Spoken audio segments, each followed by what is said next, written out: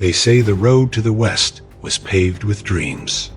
But in the autumn of 1798, a 20-mile stretch of Kentucky's wilderness road was paved with something else entirely silence.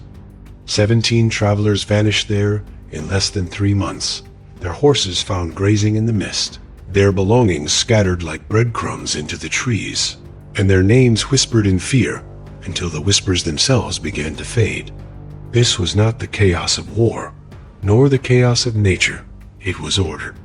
Method, a hand invisible yet deliberate, wiping lives from the map as though they'd never existed. And the worst part?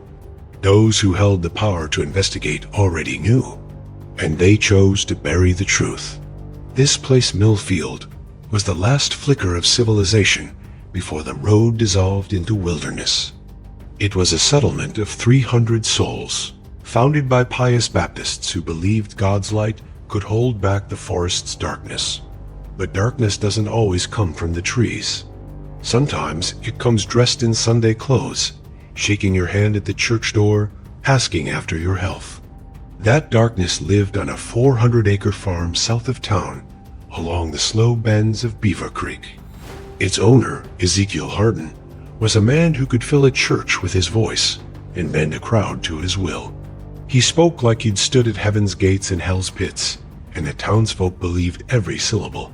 His wife, Temperance, was the healer, the woman who would walk miles in a winter storm to save a child's life, whose hands could knit broken bones and coax breath into fevered lungs. Their children, Caleb, Josiah, and Mercy, were the image of frontier virtue-strong, kind, and loyal. The Hardens gave shelter to the stranded, food to the hungry, and prayer to the despairing. People called their home a beacon in the wilderness. But a beacon can just as easily lure ships onto the rocks. The first to vanish was Samuel Fletcher, a merchant who had never once been late in 12 years of travel. His route was predictable, his habits meticulous, and yet he disappeared as though swallowed by the air. When his horse was found, the silver coins in its saddlebags still shone, untouched by thieves. A trail of personal belongings led toward the Harden property, and then ended as if the earth itself had swallowed him. Constable Jacob Winters, a veteran of the frontier wars, followed their trail. He found nothing, no blood, no tracks, no signs of a struggle beyond the farm's boundary. And when he asked Ezekiel, the story came rehearsed. Fletcher had stopped for directions, refused their hospitality, and ridden off toward dangerous hills despite their warnings. Every family member told the same story in the same words. Too perfect, too clean. Through the winter, more vanished. A doctor, his medical instruments gone, but his money left behind. A family of 4, caught in a blizzard within sight of the Harden barn. Their wagon later found scrubbed clean of snow and stripped of clothing, but not of tools or food. A preacher who carried $200 in church funds, money still sitting on his horse when the animal was found days later. Each disappearance formed a pattern. The last known sighting of the victims was always on the road toward the Harden farm. And yet the family welcomed every search, opened every door, and offered every courtesy to the law. Without bodies, Winters had nothing to charge them, with only a knowing certainty that something monstrous hid behind that farmhouse as warm light. And then came the child's voice. 9-year-old Timothy Voron, with eyes wide from terror, told Winters of screams in the night screams, not of accident, but of torment, coming from the direction of Beaver Creek. He had heard them again and again, in the deepest hours, sometimes with strange chanting beneath them. And every date he named matched perfectly to a disappearance. It was the first crack in the facade, and through that crack, the rot began to show. Once you understand that a mask is slipping, you start seeing the seams everywhere. Winters moved quietly, now questioning neighbors under the pretense of routine patrols, never hinting at his growing suspicion. And the stories began to surface. Lanterns moving between the Harden outbuildings at midnight. The sounds of shovels biting earth long after the town slept. Hammering, grinding, muffled cries always dismissed as farm chores or wild animals until the dates lined up with the disappearances. Old Henrik Johansson, the hunter whose eyes could track deer through a week's rain, told Winters about bones, too many bones scattered along his fence line. Cattle, horses, pigs, but some were wrong. Too small for livestock, too cleanly cut for scavengers. Some had been boiled, others sawn apart with deliberate precision. Ezekiel claimed they were diseased animals disposed of for safety, but Johansson's gut told him otherwise. Bones do not lie. And then came Isaac Brewster, a traveling peddler with stories from Tennessee stories of a family called Harper, who between 1789 and 1791 ran a prosperous farm where travelers vanished. The patriarch was a lay preacher, the wife a healer. 3 adult children. No past anyone could verify. No survivors. When suspicion grew, they fled in the night, burning their home behind them. Their faces tall, gray-haired man with piercing eyes, small, sharp-handed woman, 2 strong sons, 1 beautiful daughter, were the faces of the Hardens. It was no longer just a theory. Winters was staring at predators who had perfected their hunting grounds, moving from one stretch of wilderness to the next like wolves shifting territory. And yet still, no proof the law could hold in its grip. That proof came walking to his door in May of 1799. Mercy Harden, pale and trembling, with the look of a person who had been living in the shadows too long.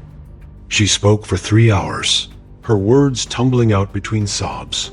How her father saw himself as God's judge on earth. How he tried travelers in a courtroom, carved from stone beneath their farm. How the family's charity was bait for the net. She told Winters about the evaluations, her father's sly questions at the dinner table, designed to decide a traveler's worthiness to live. The wealthy were guilty of greed, the learned guilty of pride, families guilty of risking their children's lives on the road. Once condemned, guests would be served coffee laced with temperance's herbal concoctions. They would drift into a heavy sleep and awaken shackled in the underground chambers. Mercy's voice shook when she described the trials her father at a limestone bench, scripture twisted into sentences of death. Some victims were kept alive for their skills, the doctor forced to teach surgery, the preacher compelled to write sermons Ezekiel later claimed as his own. Others were executed quickly, by rope, by drowning, by more elaborate methods reserved for those Ezekiel deemed the most wicked. She told him there were 3 captives alive at that very moment.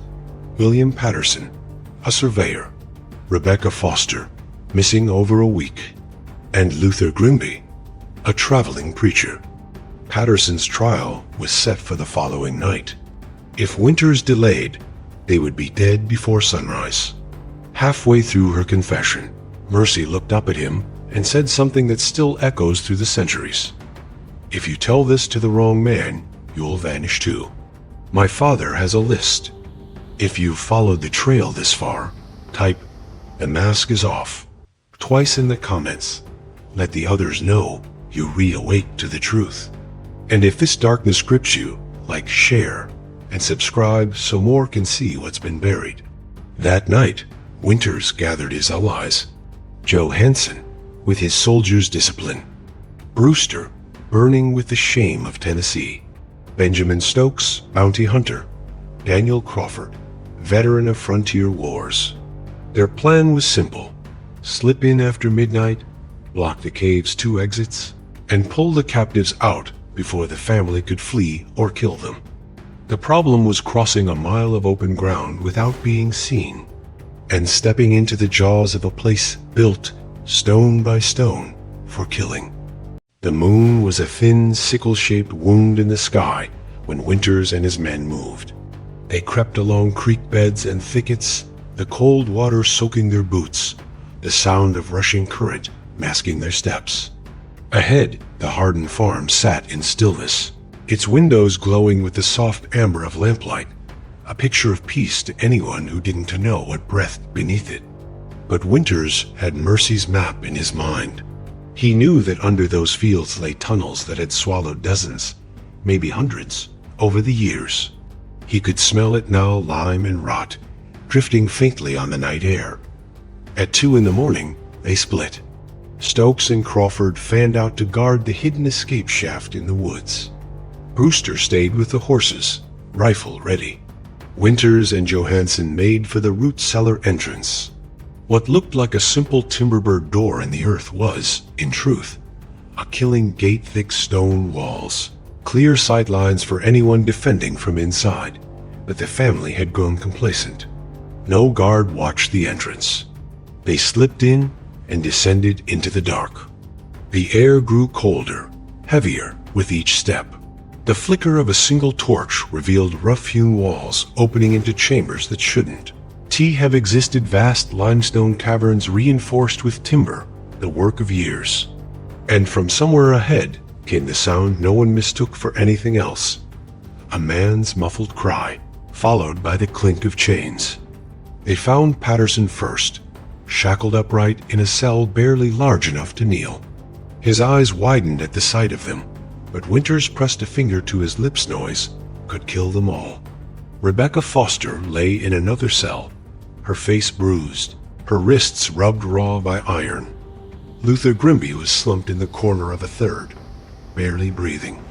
But the deeper they went, the more the torchlight revealed horrors that Mercy's confession had only hinted at. A courtroom of stone with a crude judge's bench, iron shackles set into the walls, piles of bones, human and animal, stacked in alcoves like cordwood, personal items arranged on shelves, wedding rings, knives, locks of hair, a child's toy horse with one wheel missing.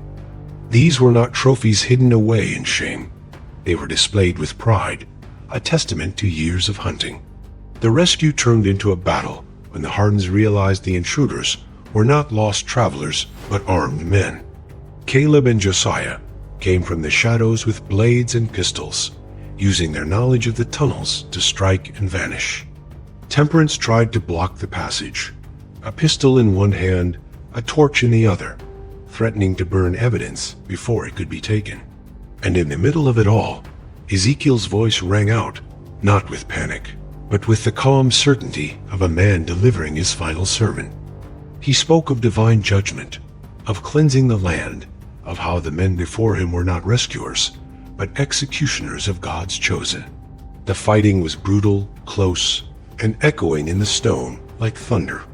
But Winter's group had surprise and purpose. When the smoke cleared, Temperance was cornered in the burning main house above, the brothers disarmed, and Ezekiel still shouting scripture as he was dragged into the light. Mercy emerged last, head bowed, her surrender already given hours before. What the search teams uncovered in the days that followed froze Kentucky's blood. Mercy's ledgers documented 67 victims in 8 years, but the bones told of more, far more. The deepest caves held children's remains. Entire families had come through this place and never seen the dawn. The Henleys, lost in the blizzard, had survived a week in the underground cells before their throats were cut. The trial that summer was a spectacle. Ezekiel, Temperance, Caleb, and Josiah were sentenced to hang on August 15, 1799, 1 year to the day after. Samuel Fletcher vanished. Mercy was spared execution for her testimony, condemned instead to spend the rest of her life behind prison walls. On the day of the execution, 4,000 gathered. Ezekiel's last words were a curse on the town, and a prophecy that God would punish Kentucky for killing his instruments. His body swung in the summer heat beside his wife and sons. The farm was set ablaze, the underground sealed with rock and powder. Officials declared the land cursed, forbidding anyone from building there again. But the deeper horror was not what lay buried beneath Beaver Creek. It was the question left behind. How many other families along the frontier had worn the same mask? How many vanished travelers had not met wolves or bandits, but men and women who welcomed them with a smile, a prayer, and a seat at the table? The Harden case was proof of a truth most still refused to face. The worst monsters down to lurk in the woods. They wait for you in the light, offering shelter from the cold. They wait for you in the light, offering shelter from the cold.